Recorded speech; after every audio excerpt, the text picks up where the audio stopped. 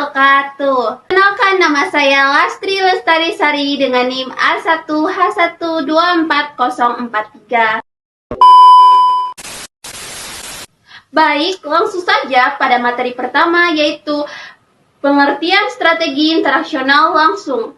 Sebelum itu, kita harus tahu apa itu strategi.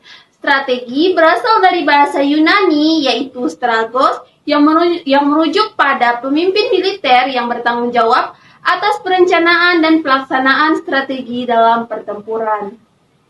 Secara bahasa juga, strategi diartikan sebagai siasat, kiat, trik, atau cara, sedangkan secara umum, kata strategi merupakan garis besar haluan untuk mencapai suatu sasaran atau tujuan. Nah, dalam dunia pendidikan, strategi merupakan rencana, metode, atau rangkaian kegiatan untuk mencapai suatu tujuan pembelajaran. Strategi pembelajaran langsung memiliki karakteristik utama, yaitu strategi ini sering digunakan dan memiliki kadar yang berpusat pada guru itu paling tinggi. Fungsi utama strategi ini yaitu sangat efektif untuk memperluas informasi dan mengembangkan keterampilan langkah demi langkah. Menurut para ahli seperti Paul Egel dan Don Coate, strategi pembelajaran langsung yaitu berpusat pada guru tetapi memberikan peluang atau ruang untuk meningkatkan motivasi siswa. Sedangkan menurut Killen, strategi pembelajaran langsung merupakan teknik ekspositori atau memindahkan pengetahuan langsung dari guru ke murid yang melibatkan itu seluruh kelas atau seluruh siswa.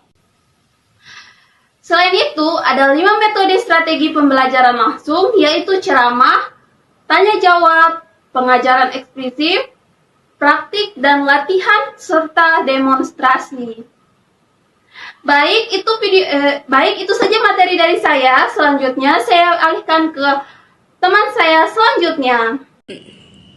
B, yaitu jenis-jenis strategi instruksional langsung. Strategi pembelajaran langsung adalah suatu teknik pengajaran yang melibatkan pendidik sebagai pelopor dalam mengajar, sedangkan peserta didik berperan sebagai penerima manfaat. Menurut Lubis DKK 2024, ada beberapa macam strategi pembelajaran langsung, yaitu 1. Ceramah. Dalam hal ini, pengajar melibatkan atau memberikan data kepada peserta didik secara lisan dan peserta didik mendengarkan serta mencatat data yang disampaikan oleh pendidik. Terus yang kedua, ada pemberian tugas.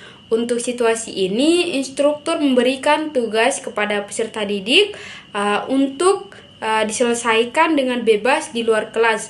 Tugas-tugas ini dapat berupa tugas sekolah, usaha, atau ujian. Terus yang ketiga, ada ekspositori, merupakan pendekatan penyampaian data yang bersifat komparatif pada suatu ceramah, hanya saja dengan pembicara atau instruktur yang lebih sedikit. Terus keempat, ada demonstrasi. Demonstrasi dalam hal ini pendidik menunjukkan cara atau siklus secara lugas kepada peserta didik. Kemudian peserta didik memperhatikan dan memperoleh manfaat dari pameran tersebut. Perkenalkan, nama saya Gita dengan NIM A1H124069.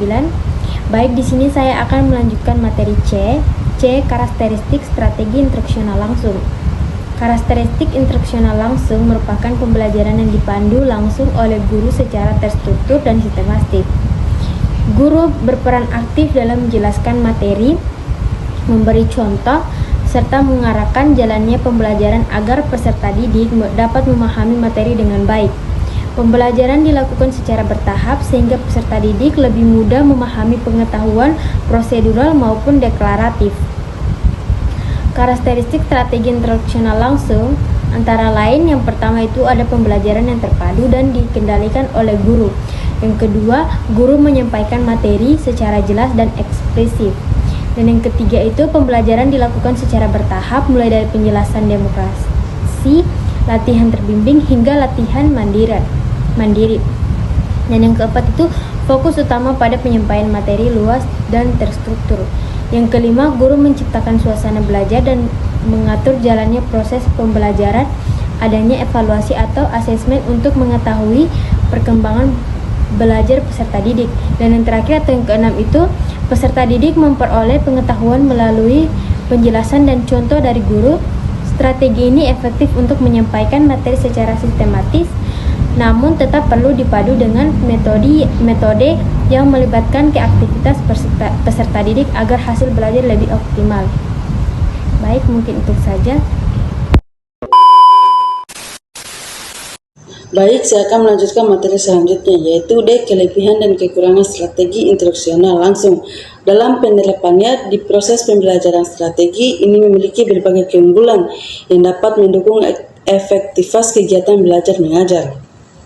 Namun di sisi lain juga terdapat beberapa keterbatasan yang perlu menjadi perhatian bagi pendidik. Oleh karena itu, penting untuk memahami kelebihan dan kekurangan strategi instruksional langsung agar penggunaannya dapat disesuaikan dengan tujuan dan kondisi pembelajaran. Kelebihan strategi pembelajaran langsung adalah sebagai berikut. 1. Dengan strategi pembelajaran langsung atau direct instruction, guru mengendalikan isi materi dan urutan informasi yang diterima oleh peserta didik sehingga dapat mempertahankan fokus mengenai apa yang harus dicapai oleh peserta didik. 2. Strategi pembelajaran langsung merupakan cara yang paling efektif untuk mengajarkan konsep dan keterampilan yang eksplisit kepada peserta didik yang berprestasi rendah sekalipun. 3. Dapat digunakan untuk membangun strategi pembelajaran dalam bidang studi tertentu. 4. Dapat diterapkan secara efektif dalam kelas yang besar maupun kelas kecil. 5. Kinerja siswa dapat dipantau secara cermat. 6. Dapat menjadi cara yang efektif untuk mengajarkan informasi dan pengetahuan faktual dan struktur kelebihan sebagaimana yang telah dikemukakan di atas. Metode pembelajaran langsung juga memiliki kelemahan. Adapun kelemahan dari strategi pembelajaran langsung adalah 1. Guru memainkan peran pusat dalam model ini, maka kesuksesan pembelajaran bergantung pada image guru. 2. Model pembelajaran langsung sangat bergantung pada gaya komunikasi guru. Komunikator yang kurang baik cenderung menjadikan pembelajaran yang kurang baik pula.